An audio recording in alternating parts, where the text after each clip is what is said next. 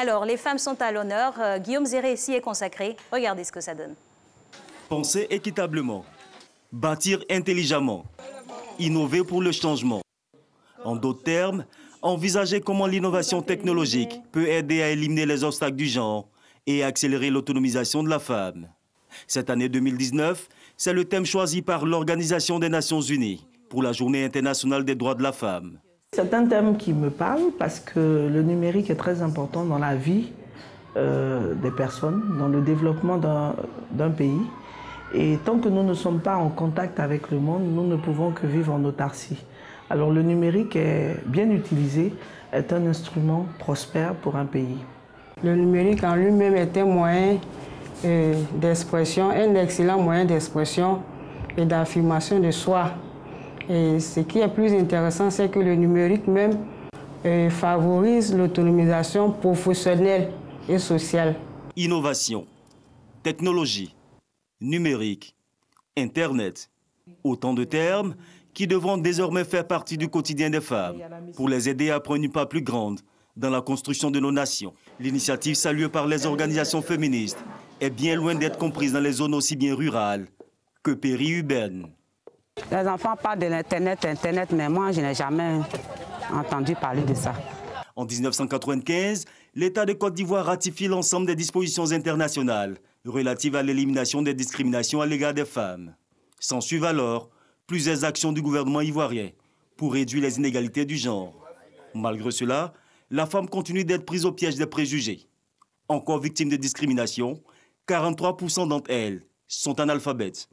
Une réalité qui pourrait bien perturber les ambitions de l'Organisation des Nations Unies. Le numérique a la difficulté à percer le milieu rural, tout simplement parce que les femmes n'ont pas été scolarisées depuis qu'elles étaient petites. Dans le cadre de la politique d'alphabétisation, le gouvernement entend réduire le taux d'analphabétisme à 20% d'ici à 2020.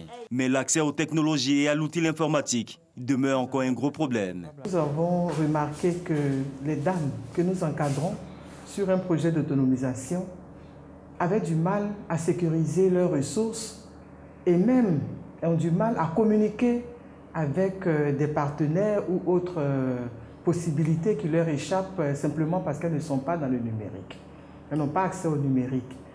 Participer à l'atteinte des objectifs du millénaire, malgré ces différents obstacles, les femmes y croient. Elles qui ont déjà perçu l'opportunité de l'usage des technologies dans la lutte pour la parité du genre, multiplient les initiatives.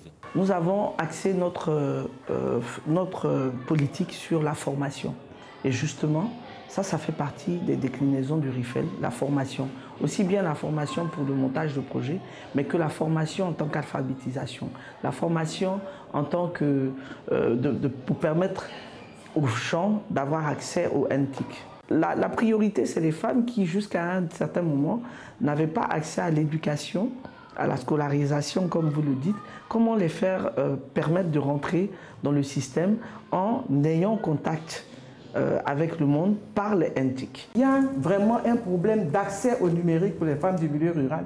Et nous sommes en train de conduire un projet qui va commencer justement par leur identification en masse avant de, en relation avec les maisons de téléphonie mobile, faire en sorte que ces femmes-là aient un compte, qu'elles aient leur téléphone qui puisse leur permettre de comprendre qu'elles peuvent devenir bien riches en utilisant simplement le numérique, même si elles sont au milieu rural. 30e année, le monde se mobilise autour de la condition de la femme. Une condition qui pourrait changer davantage si les femmes accédaient plus facilement aux technologies, comme le souhaite l'ONU, l'Organisation des Nations Unies.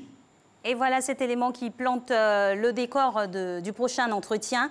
Alors pour cet autre entretien, donc je suis en compagnie d'un spécimen, entre guillemets, si je peux m'exprimer ainsi, qui pour son parcours très édifiant, malgré son jeune âge, est un modèle de réussite à imiter pour les femmes, pour les jeunes filles, mais bien au-delà encore, pour toute la jeunesse.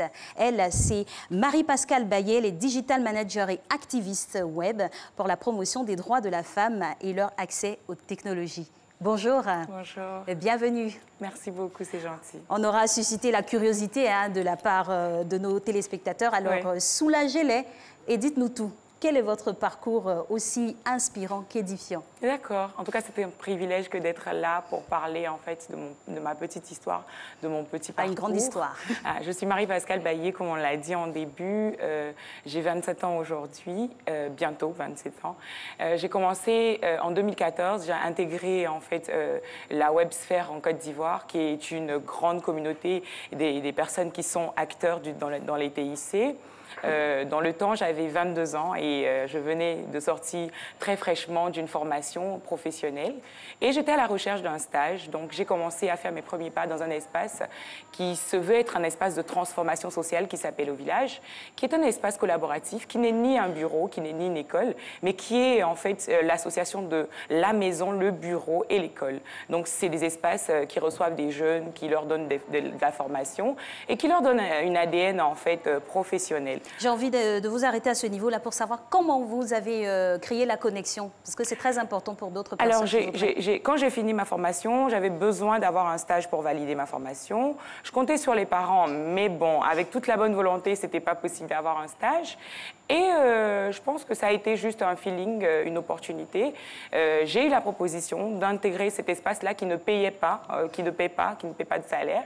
Et je dis d'accord, je prends le pari avec les parents qui n'étaient pas trop d'accord, commencer un stage sans prime, tout ça. Et donc, j'intègre l'espace, je fais 3 mois de stage, je valide mon diplôme et après, je suis appelée à rester dans l'espace. Donc, je suis les bonnes étapes, je passe de stagiaire à assistante de formation, à gestionnaire administrative et aujourd'hui à responsable projet. Alors là-bas, j'ai pu développer en fait mon ADN professionnel. C'est là-bas que j'ai pu la constituer.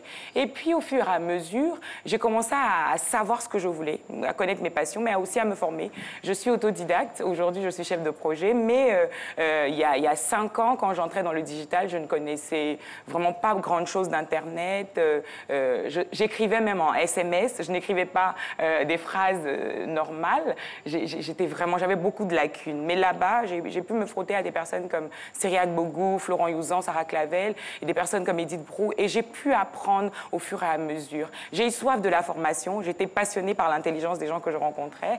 J'ai rencontré des personnes qui, pour moi, étaient trop intelligentes et j'avais soif d'apprendre. Petit à petit, aujourd'hui, voilà. Votre regard a changé là-dessus sur, on va dire, cette appréciation de facto. C'était juste la connaissance qui manquait peut-être? Alors, je pense que c'était la soif d'apprendre. Je suis quelqu'un qui est passionné par l'être humain. J'adore discuter avec des gens plus intelligents que moi. J'estime que si on marche avec les gens qui sont pareils que nous, on n'apprend rien. Mais si on essaie de se frotter à des personnes qui sont plus âgées en général et qui sont plus aguerries, on apprend beaucoup de choses. Ça n'a pas été facile du tout. Je viens d'une famille normale de 2 enfants.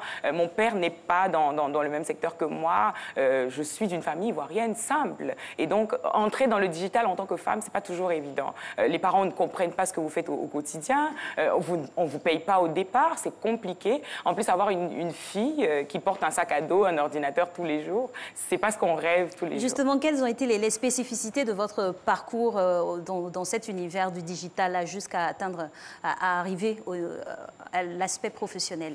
Alors, je pense que chacune de nous, en fait, en tant que femme, on doit avoir une idée claire de notre vision, de notre parcours et de ce qu'on veut être aujourd'hui, demain, dans 10 ans ou dans 50 ans.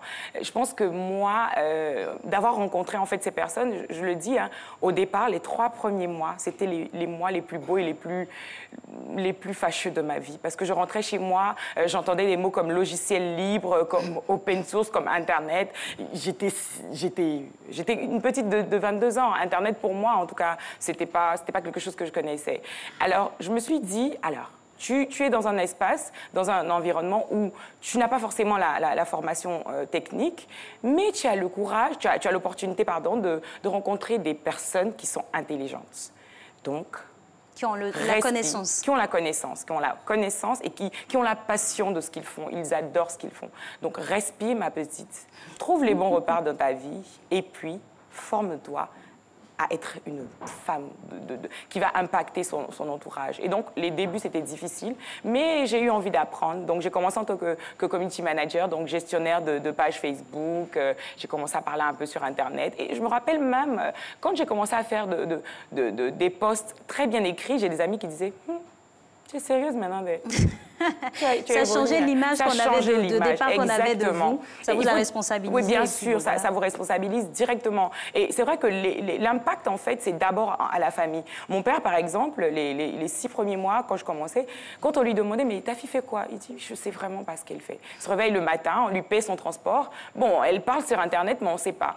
Et je pense que mon père, qui n'est vraiment pas digitalisé aujourd'hui, commence à comprendre Internet, commence à voir l'importance d'Internet et commence à comprendre les opportunités que ça peut donner. Et l'impact au niveau de la rémunération, au niveau pécunier, qu'est-ce que ça a apporté? Ça a rassuré le papa maintenant? Oui, ça a rassuré le papa. Donnez-nous toutes les informations. J'ai envie de dire qu'avant, je viens d'une famille de 2 enfants, je l'ai dit, et je suis la cadette. Donc, avant, je n'étais pas celle qu'on invitait aux réunions de famille. Mais maintenant, là, on me dit quand même... Qu'est-ce qui s'est passé pour qu'il y ait ce revirement de situation? On est à la télévision, hein, mais bon, ça va quand non, mais même. Ça peut inspirer d'autres personnes à suivre le même parcours que vous, et c'est ça le but. Hein. Oui, vous avez la possibilité de vous vendre. Il faut savoir vous vendre également. Je dirais à quelqu'un que travailler, en fait, n'est pas fonction de ce que vous avez appris à l'école, très souvent. Moi, je n'ai pas appris l'informatique. Je ne suis pas allée à l'école pour ce que je fais, mais j'ai appris quelque part. J'ai appris sur Internet avec des cours en ligne, des MOOC, ce genre de choses. Et aujourd'hui, ma connaissance, en fait, c'est ce que je vends. Je ne vends pas forcément mes diplômes, parce que mes diplômes, ça vient en appui. Et c'est coté très cher. C'est coté très cher. C'est bien coté. Donc, votre message, hein, en conclusion, parce qu'on a encore une autre femme de poigne à recevoir. Votre message, en conclusion, pour la jeunesse qui est un peu sceptique, qui se décourage, qui se dit, bon, Internet, c'est juste pour le loisir. Qu'est-ce que vous pouvez leur donner comme conseil? J'ai envie de dire aux jeunes filles aujourd'hui que l'option, en fait, de la facilité ne devrait pas être dans notre esprit. Il faut aller à la formation. Moi, aujourd'hui, il y a 10 ans, je ne payais pas de livres pour les lire. Aujourd'hui, tous les mois, je m'offre un livre pour travailler en moi des aptitudes. Je pense à des femmes, je lis des histoires et j'essaie de me projeter dans le futur. Alors, travaillons, allons à l'information, essayons d'être connectés aux bonnes personnes. Il y a beaucoup d'initiatives. Moi, je suis active, en fait, dans beaucoup d'associations de femmes. On organise des formations sur Internet, on parle sur Facebook notamment. Recherchez l'information, évitez la médiocrité, pensez que vous avez de la valeur. Vous êtes juste une petite portion de rubis sur laquelle il y a un peu de boue, mais à l'intérieur de vous, il y a quelque chose. Il faut juste trouver la chose et puis formez-vous, aimez vous former, c'est trop bien. Et puis merci faites beaucoup. Comme moi, pensez à prendre votre retraite tôt, donc travaillez beaucoup. Ah oui, c'est vrai, parce que pour la petite histoire, lors de la préparation, elle ambitionne prendre sa retraite à 35 ans. Ou 40 ans. Ou 40 ans, vu que dans le domaine dans lequel elle se lance, pourrait lui permettre d'avoir une retraite paisible et heureuse. Oui, bien sûr. Merci Marie-Pascale Baillet pour votre contribution à cette journée de la femme.